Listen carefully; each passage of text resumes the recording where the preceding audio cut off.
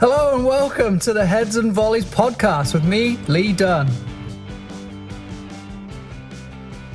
Super excited for today's episode with Byron Gutierrez because he is one of the individuals who contributed to the last episode that I produced, and that was really about preparation and opening up to the Twitter crowd and asking what people do and what take priority for them when they're setting up for their preseason, or now they're halfway through the preseason.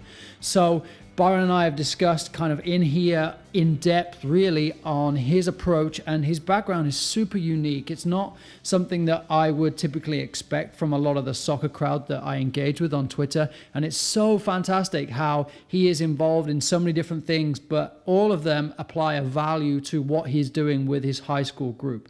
So here is Byron's contribution from the last episode. And then I'll wrap up here with Byron. He mentions he kind of took both approaches really and said on the field, it's implementing your style of play. And then off the field, it's setting standards and expectations for the year for the team. So if we can encompass everything, I think Byron sums it all up there nicely. And I'm interested to know how you do it off the field. As I said earlier, are you able to spend time in a classroom, or do you sit on the side of the field for 10 minutes and identify these things?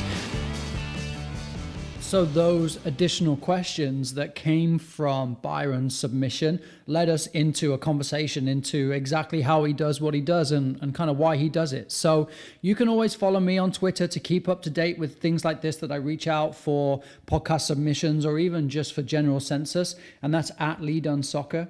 Then you can also follow Byron too, and definitely give him a follow. He is at Byron22911. Again, that's at Byron22911.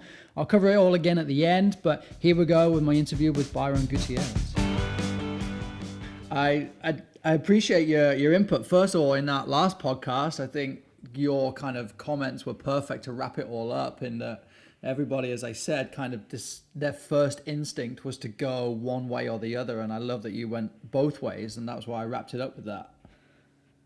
Oh, yeah, I appreciate it. Yeah, I love that. I love, ever since I found out about, like, Soccer Chat, and I think it was, like, almost a year ago, just the input that we get from the soccer community on Twitter is, like, it's just a free coaching course, like, almost daily. So, and then with you having that podcast from everybody, it's pretty awesome to see, okay, what can I take or what can I learn from this person to, implement it on my team or our team and go from there. So I think that's one of the best things, and kind of constantly in my podcast, it's been look at what's out there. Look at how, yes, I recommend courses, but as you said, there's so much out there that people are just willing to share with you. If you just either ask the question or even just read. You don't even have to participate in a lot of the conversation. You can learn so much just by observing.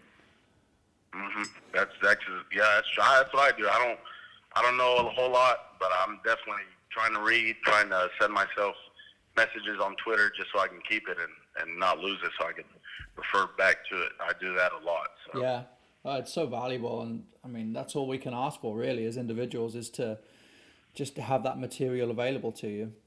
For sure. So let's jump into an overview of who you are, what you do, where you come from, kind of a little bit of your background, and we'll go from there. Byron. I was born in Miami, Florida, from immigrant parents. They're from Nicaragua, so it's Central America. And then I live in Oklahoma now. It's a small town called Meeker, and it's 45 minutes east from Oklahoma City. I've played sports all my life. I actually got into soccer a little bit later in my life. But I played American football, basketball, soccer, and then that's pretty much it for that. So what was soccer like for you growing up in? I'm sure it was kind of busy in Miami with a huge immigrant population, but then what's it like in Oklahoma in comparison? Okay, so Oklahoma, yeah, Miami, you almost have to get into it. It's America's still big football, but Oklahoma, shockingly, it's getting bigger. I feel like with clubs, high schools, I feel like high schools are definitely invested more into trying to bring in the right coaches. Middle school soccer is starting to pop up a little bit more. So Oklahoma, I don't see a whole lot online about Oklahoma soccer, but I feel like it's definitely growing and to be taken serious here in Oklahoma. So. And so then, how did you get into coaching? So I played club at my university, Oklahoma Baptist University, for 1 year. And then I graduated. And I wrote on my resume that I played soccer for 1 year at the university club. And then so when I interviewed with the principal, he just told me, well, you're going to be the head boys and girls soccer coach. So I was like, oh my gosh, I've only played right back and I have no idea how to even coach. So that's how I got that right there. So that's the same story of, I think, a lot of coaches, especially those that are coaching their children, that turned up and said, yeah, I've got an experience. I coached I played soccer for 2 years or whatever, and then suddenly they become the head coach. Yeah, head coach for boys and girls. On the girls' side, I was actually co-head coach with another coach. So she actually coached the girls, and I did a lot of the administrative stuff, and I was actually assistant to her for the girls. And then but my main focus was the boys. But the girls program has actually been good here in Oklahoma. They've won the state championship in 2016, and then the last 3 years before I left, there's 5 rounds in the playoffs, and we've made first year I was there, we made it to the second round, and then the last 2 years we made it to the semifinals. So, and then girls from last year's team had gone to a college soccer scholarship from there. So. Wow, that's incredible. So was that the first one that had gone on to college from that program? No, it's not the first one. No, the coach actually that was there before I was is actually now a junior college coach, 30 minutes from where I am, and so he's had girls go to college for soccer way before that. So brilliant. Now I have just to revisit that, really, I think it's super important that players see this pathway, right? They have kind of a direction that they go into, and I want to get to your direction, but I know that you also coach high school football too. I'm super interested in that. Now, I guess before I have you kind of explain that, I think maybe is there a crossover? Is there anything that you take from coaching soccer into coaching football and vice versa? It was definitely those standards, that we'll talk about later on, and then strength and conditioning. I feel like implementing an athlete is an athlete, no matter what sport they play.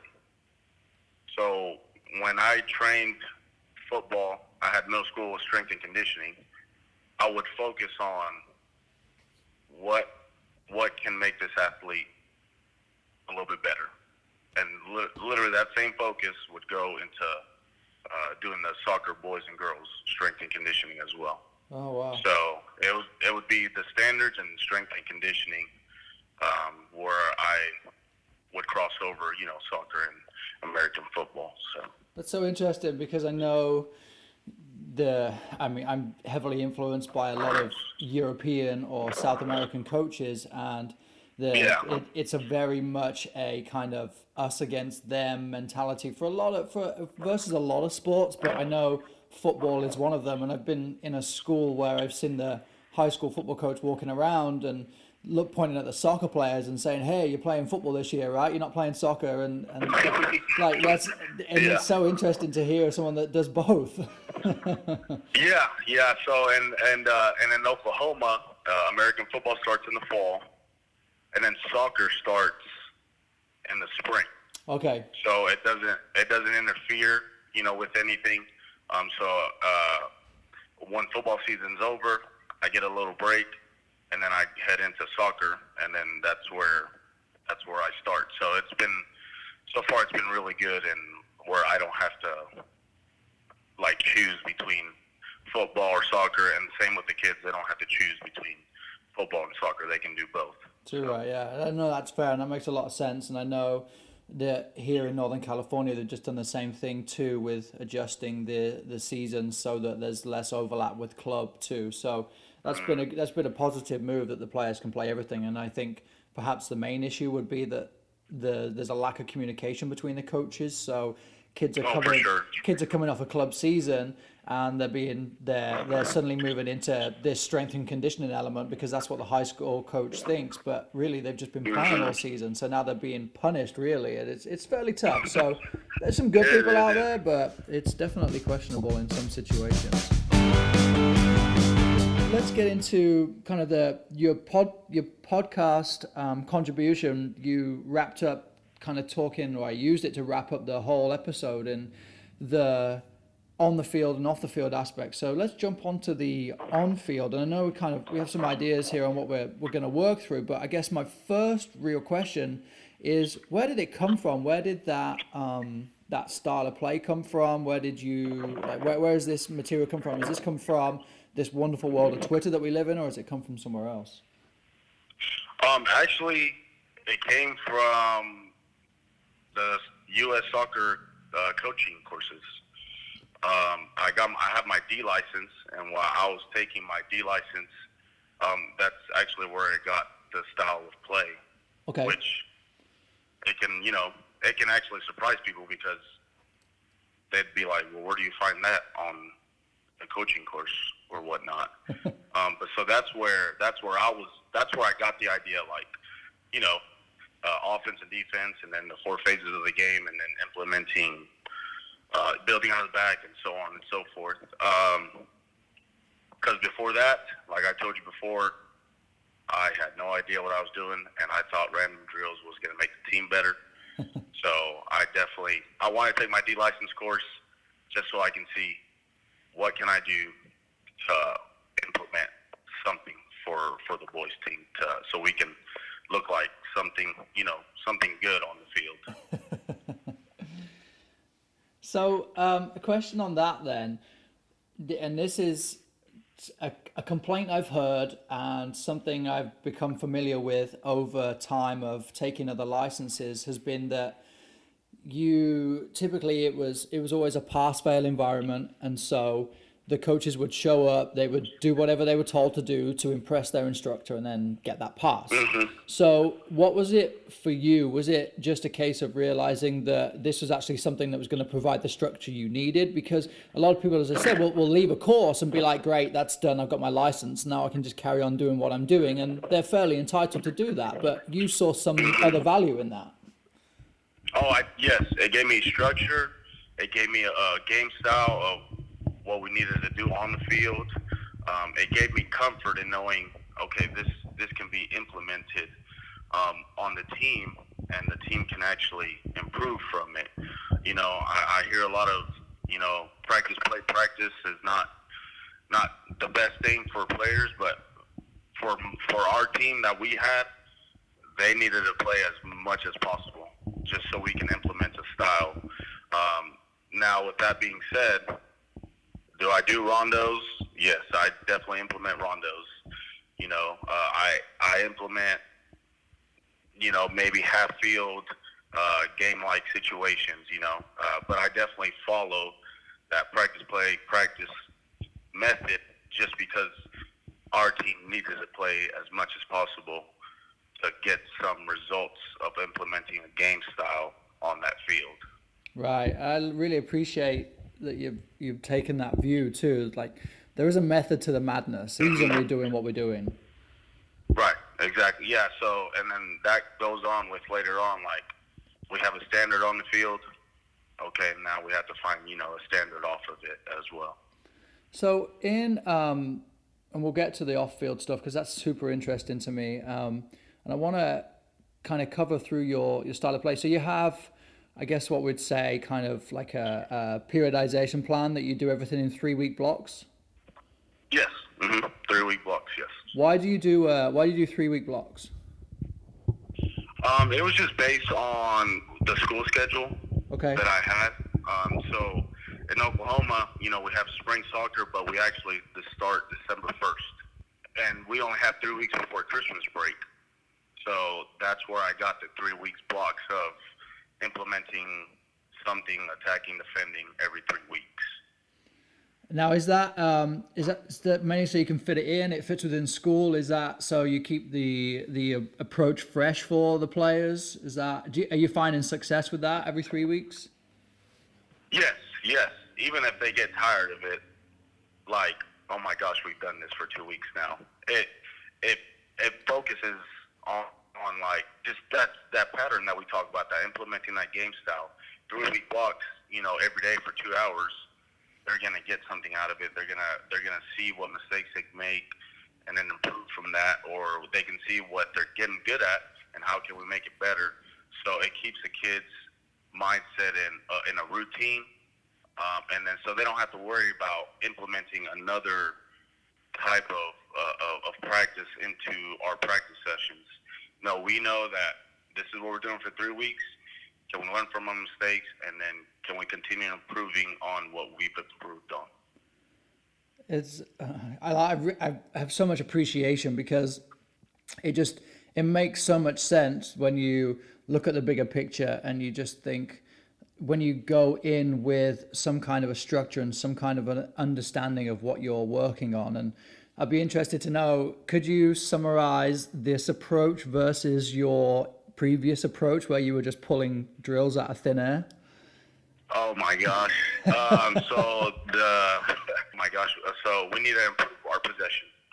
So I would go on Twitter or I would go online and try to find things, possession-based drills that we needed to do at practice.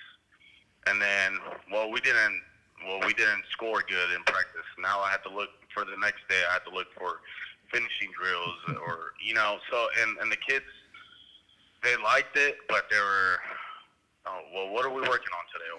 What are we doing? How are we actually getting better if we only do this once a week or twice a week?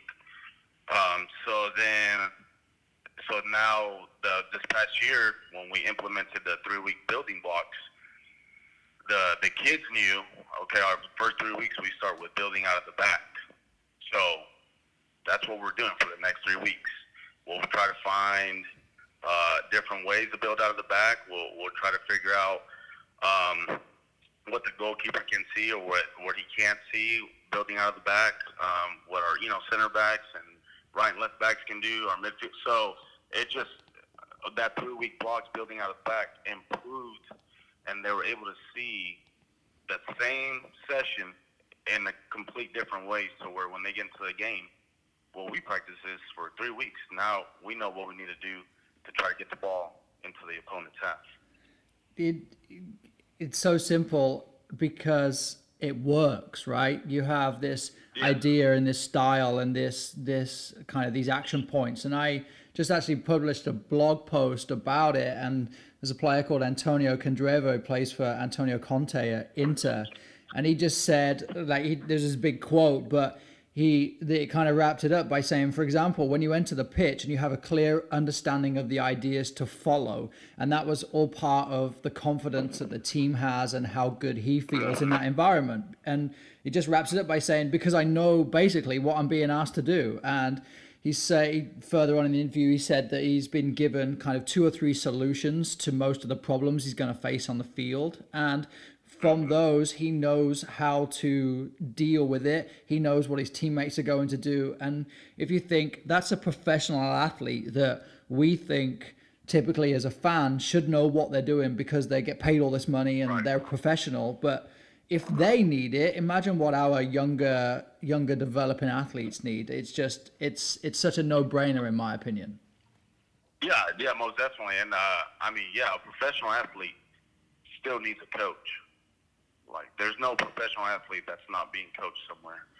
So for us to think that we're going to get random drills and for the kids to get it and not being coached on it consecutively or on it like consistently. It's just you're waiting for magic to happen, but you have no, I guess, potion. Yeah, I look through your phases. I really like it because you kind of shift from a defending to an attacking focus, and the whole US soccer methodology is kind of setting the environment. So you look at your first 3 weeks where you're working through defending, you're really working on attacking also because you need your attack to be good to then challenge your defenders so your defenders can work through whatever your solutions are for them or whatever the moment of the game is. And it makes total sense to me to see it that you move from a 3 week block of defending into a 3 week sole block focus of attacking and then flip flop between them. And you make a comment about your set pieces. How are you? I'm super interested in set pieces too because growing up in England, it was just lump it in the box and I mean, if you watch the Premier League on TV, you see that the fans are celebrating when there's a corner, and I think often corners result in more goals for the opponent than they do for the team taking the corner due to counter-attacks. And so how are you doing with set pieces? How do you try and incorporate them into your practice? Okay, so I'm not very good at set pieces. I mean, that's just it is what it is. So trying to incorporate set pieces if we have time a little bit, after, and this is preseason before games or anything like that, we try to. I have written down like plays that I want to do, so we try to incorporate those plays. Now, when you have 25 players, it's kind of hard to have everybody just standing there and watching. Yeah. So, that's what I do. I have the kids stand there, and some guys make runs, or for attacking corners or defending corners, stand there, and then we rotate. Just keep it simple that way. But I really want to try to improve in a way to where everyone's involved and not just standing around, because we are the ones that get scored on all the time, and that's just I feel like it's my fault because I just need to be better at that. So that's what we do, just attacking corners and defending corners, free kicks and all that. We rotate, kids stand around, and they rotate, and then that's what we do. So I know from my own experience, I think it's affected my opinion on set pieces too. I try and take things as quick as possible just so the ball's in play and maybe so that I can avoid them. But I remember growing up at practice in England and standing in a wall for 45 minutes while the guys who could take free kicks practice their free kicks from different areas of the box. And then kind of my as I learned to question things, I remember thinking, how many free kicks do we actually get in these areas? And then now as a coach, I create a plan for that. And then when I'm looking to build in set pieces, I'll play a game with my team and I'll give random fouls or I'll give random corners where it should be a goal kick. So not only do I kind of get to challenge the players on them and their respect, so to say, towards the coach or towards the referee, but it actually also creates those situations for them too. So set pieces is a key one because there's a lot of theory that that's also a fifth moment of the game and from kind of the attack and defense and transition. So I know there's a lot of people out there that are doing set pieces because we all need to. I'm always interested to poke and find out how people are doing that. Right, yeah. Well, I mean, that's a good idea. Games, I mean, there's not a kid from U4 to college that doesn't like games, so that's definitely a great idea to try to implement it that way. And kids, we're going to play today. Oh, my goodness, this is the best practice ever. So let's jump into the off-the-field stuff. So, again, in that last podcast, you took the line of where you mentioned to set standards and then expectations for the year for your team. And so I had commented more of an open question, really. So how do we do that? And I know lots of people have different ways. So let's dig into your methodology and the way you do and why you do it. So, and so that's going back to, okay, we created a standard of how we wanted to play on the field. So the kids started to see, okay, there's some structure going on. My assistant coach happens to be my best friend here. We came up with, or we were trying to come up with, what is something we could implement that does not affect just games. We need our guys to come in and be ready to go every single day, every moment.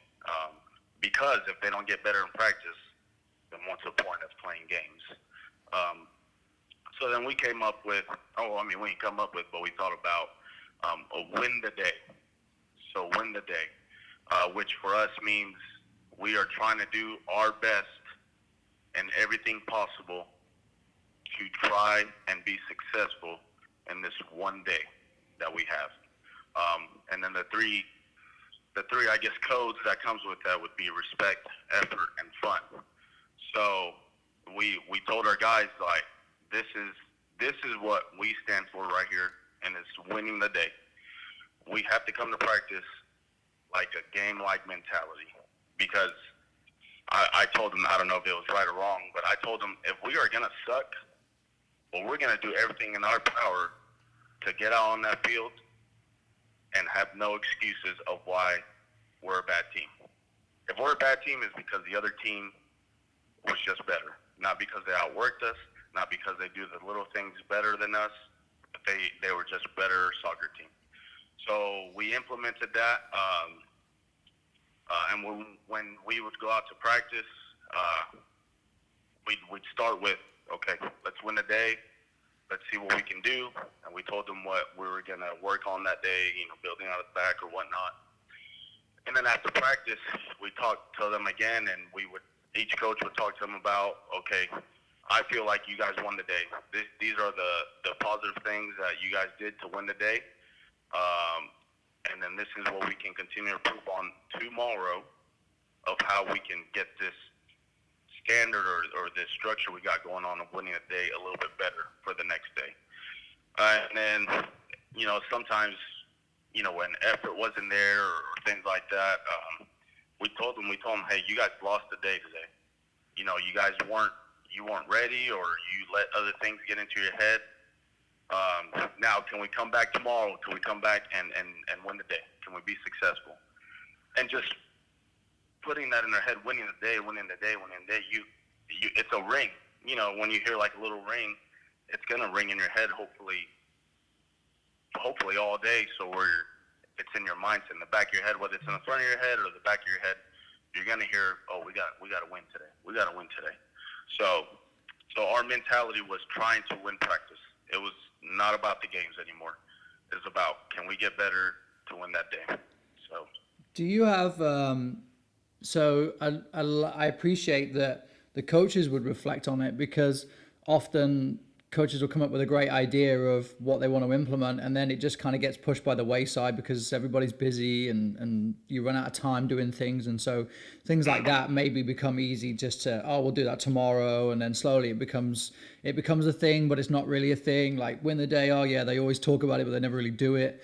So do you, do the players give their opinions or their feedback, or do you have like captains that would lead something like that too? Or is it always the coaches?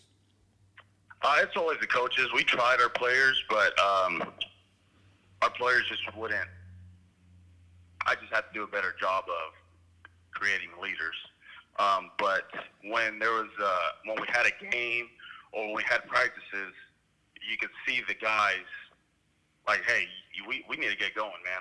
I'm not trying to lose today, or I'm not trying to run more, or we're trying to get better. You could see the other guys pushing each other. And it wasn't a specific player or anything like that, or some guys, just their actions, they're going hard all the time.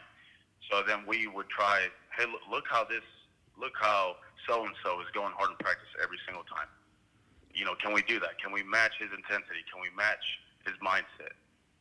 So I just need to do a better job of trying to create leaders to where they can step up and talk about winning the day, but a lot of it was on the field where when they were practicing, they would push each other or they would see somebody else's actions. So. And you mentioned before that you guys have like a dress code, like standards for your players, right? We kind of touched on it early on about the standards of the environment. Mm-hmm. Is that so that dress code? We started implementing it my second year. Didn't put a big emphasis on it. My third year, you better have a dress code. just because if we're going to practice, you dress accordingly to practice. I'm a teacher. If I go to work in my soccer clothes, well, no one's going to take me seriously. So we were on them about the dress code, and it was school color oriented. And it's just a little discipline thing for the kids, the kids that we had, maybe, they might be the baby of the family, or just some didn't have the discipline that they might needed at home.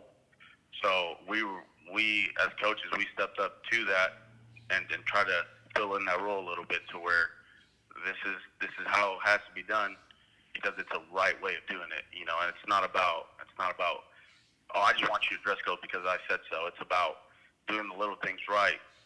Sure, because when yeah. you do the little things right, you can see the big picture later on. So I like it. And so that is, I think it's super valuable that these players are able to like become a part of something, right? It's like a belonging. They're able to almost, I guess, express their contribution or their part of that environment. I mean, who doesn't want to wear the correct gear, right? And I guess as an individual, you can then look at someone and say, well, hang on a second, it's almost like they're rebelling a little bit, and now I know that I need to have this conversation with this player and just find out what's going on. And I think it sets you up well to not just to rip into them and say, like, boy, you better get that gear on, but actually, hey, what's going on? Let me be considerate here and see if I need to have a deeper conversation with you. Yes, most definitely. Or they might not have the money to go get something, or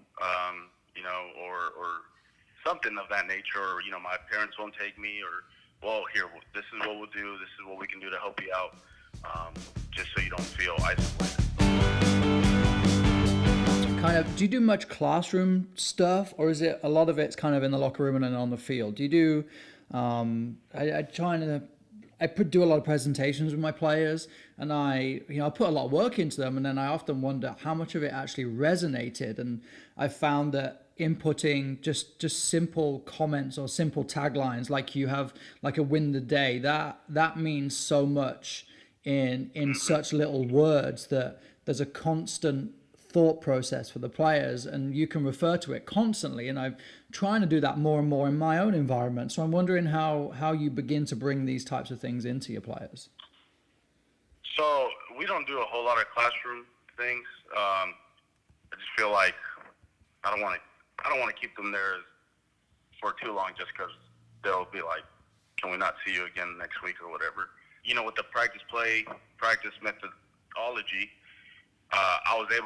I practice like bringing them in every 15 minutes or so.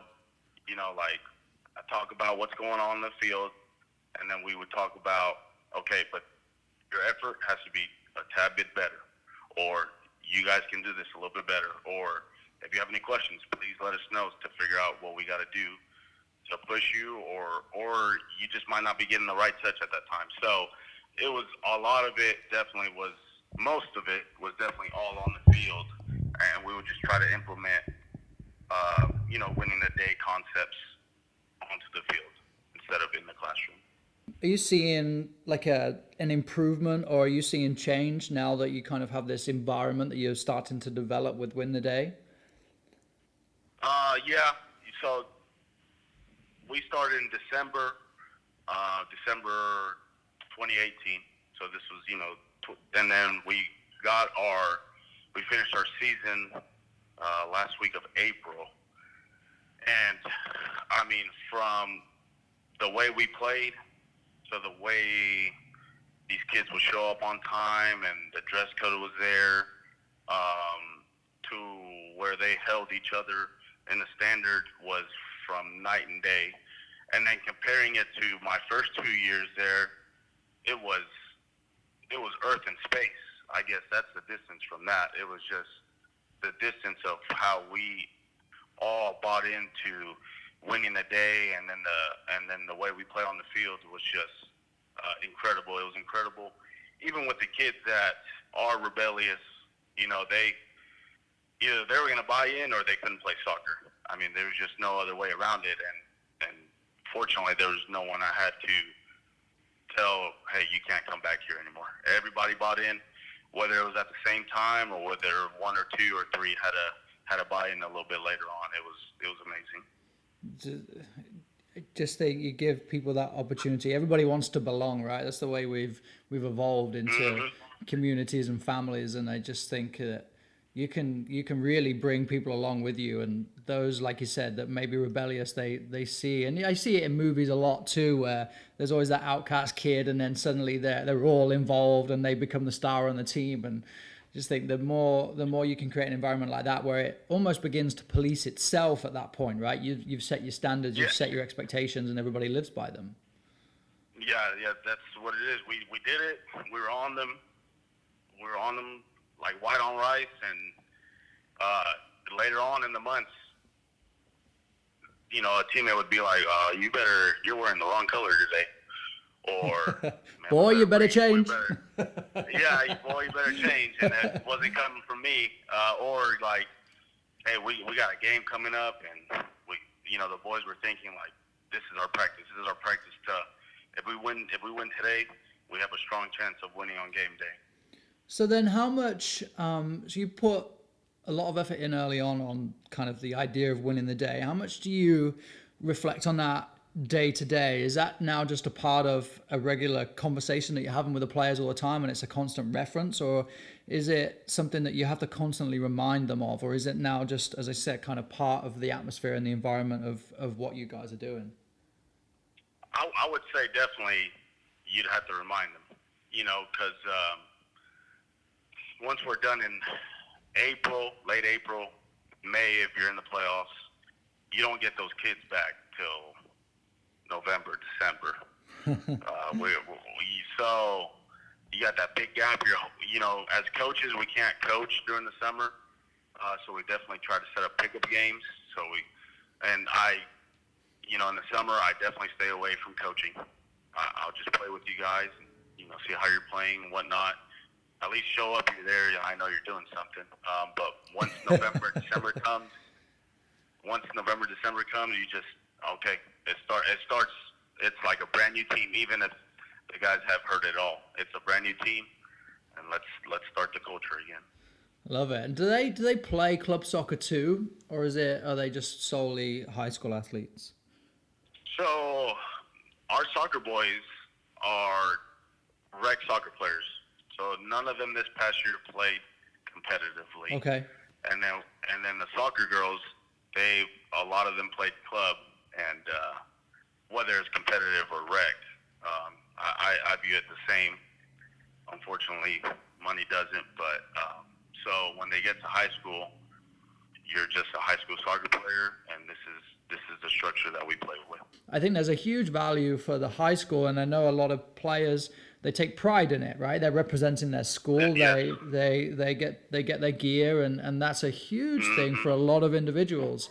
If we can get them in the right environment constantly, whether that they move from their club to the high school and then they're fulfilling their own goals, if you like, of representing their school, and they get to be the local hero, then we're really providing for these players more than just skill development and an understanding of a game model. So I think to just wrap up on the win the day idea, you mentioned that we're going to try and win the day regardless, that if we lose, and I really appreciate your comment in saying it's because the other team were better than us, and it's not because the referee or because of the field or anything like that, or because we didn't practice properly this week. Like you've created that environment, and I think anyone that's listening to this can take away something significant. That for me is what I take away, and that if you give them the best chance of success just by creating an environment that fosters this idea of winning the day. Or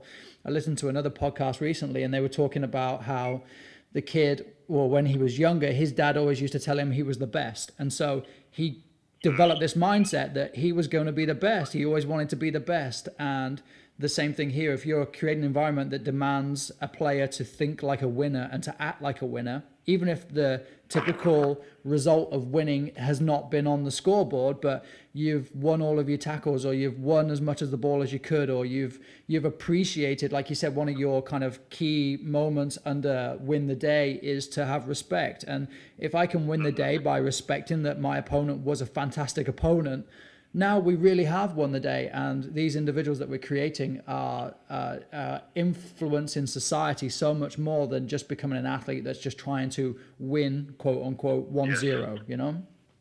So I think a huge props to you for creating that environment. I think that's fantastic. So I'm taking that away with me. I'm stealing that 100%.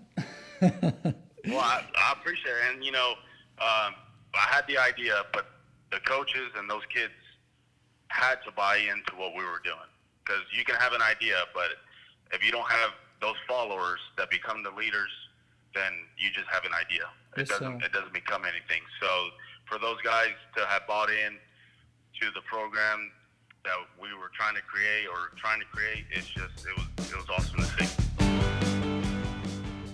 Now, my final question for you, and what's next for you? Where are you heading with your world of coaching, with your idea of winning the day? Is it something that you just ride the wave of, or is this something that you're looking to take above and beyond? I do not know. That's a really good question. I feel like a lot of soccer coaches, that are coaching soccer, they want to get to so-and-so level. If I can get to the college level, then so be it. It would be here in Oklahoma, but I'm just trying to challenge myself with coaching, whatever it may be, whether it's football or soccer, and just always be continuing to grow in my mindset about the game, about myself, and then about other people that need to be served. So that's my goal. I have no goal. It's a destination until unknown. I guess. Yeah. Until I lay down in the grave, it's just a destination. So. That's awesome. Well, Byron, anything to add? Anything you think we've missed here? So I think we had respect, effort, and then fun. So the fun part would be the games for the kids. I would bring a chair and I'd sit down and I would watch the kids play. That was their fun time. I wouldn't tell them what to do. The coaches wouldn't tell them what to do. They lived and learned on the field, and that's where their fun came. And we had a blast this season, so it was fun to watch. That's awesome. Would you rate this season as a success? Oh, 100%. 100%. Now, let me ask you, did you win the state championship? No. And but this is what I mean. Like, you can still walk away and say, this is a huge success. And you think about even the professional leagues, there are 20, 24 teams in a league, 18 teams. Yeah. Only one can win. That means on paper, there are 17 losers. Yet so many teams can walk away saying that they won that season or won that day or won that year because of this type of environment that you've created. And I just think that, and that's kind of that's why I'm asking, like, was it a success? And if you are reasonable and you set these realistic targets and realistic goals, then there's no reason why every season and every day and every game cannot be a success. Right, exactly. So we won most of the days that we lost, and that right there was the success that we needed for those guys that continue in the game, and then when they get out of the game, continue to be good husbands or fathers or workers, whatever they need to be. So, Byron, that's awesome. I really appreciate your time, mate. This is fantastic. Awesome. Thank you so much, Lee. I'll finish this episode with a huge thank you to Byron for sharing his process and for sharing his position with everybody here. It's super unique in the way that he runs through high school football and then soccer, and all inside the high school environment, where a lot of the time, if you're not the top player, it seems like you could be left behind. And as he goes to say, that most of the players are not club soccer players, and actually this has given them their opportunity to compete and to belong in an environment that is super challenging but super rewarding. We talk about winning the day, and if you're leaving every day feeling like you've won, regardless of the result, if you've played a game, but if you feel like you're winning, imagine how good that feels for anybody in life. If you get home and your wife or your husband or your significant other says, "Did you win today?" And if you can sit there and say, "Yeah, I did, because I achieved whatever I set out to achieve," or whether it is, "I just have this feeling like I did win today." Now, imagine how much that's going to carry over into everything else that you do. So huge props to Byron for his thought process and for sharing that with us. And don't forget to follow him on Twitter at Byron22911 and tell him how you're winning the day. My thanks as always go to Tactical Pad for their sponsorship. You follow me on @LeadOnSoccer, you'll see some of the stuff I use, some of the GIFs I create with Tactical Pad. I put it on Instagram too, and that's the same @LeadOnSoccer. And it's just for my players. I'll often film with my phone too and just create little GIFs and little videos that I create that take me 5 minutes to make, and they last forever with my players because they begin to see some of the concepts that I'm trying to work on, whether it's in that microcycle, as Byron mentions, with every 3 weeks of changing the cycle, or whether it's more in depth than that, or it may just be that significant moment. But either way, Tactical Pad is fantastic. Get on it, Lead on Soccer. There's a discount code on my website too that you can use to get yourself access to that for a little bit cheaper. Thank you, as always, to everybody who contributed from the last episode, to people who are listening to this one and sharing with their friends and their family and their coaching community. That's the idea of this podcast. It's sharing, it's knowledge, it's information, it's something that we can all take away. And hey, if everybody's winning the day, soccer's winning it at the end of it. So thank you again. Lead on here, Heads and Volleys podcast.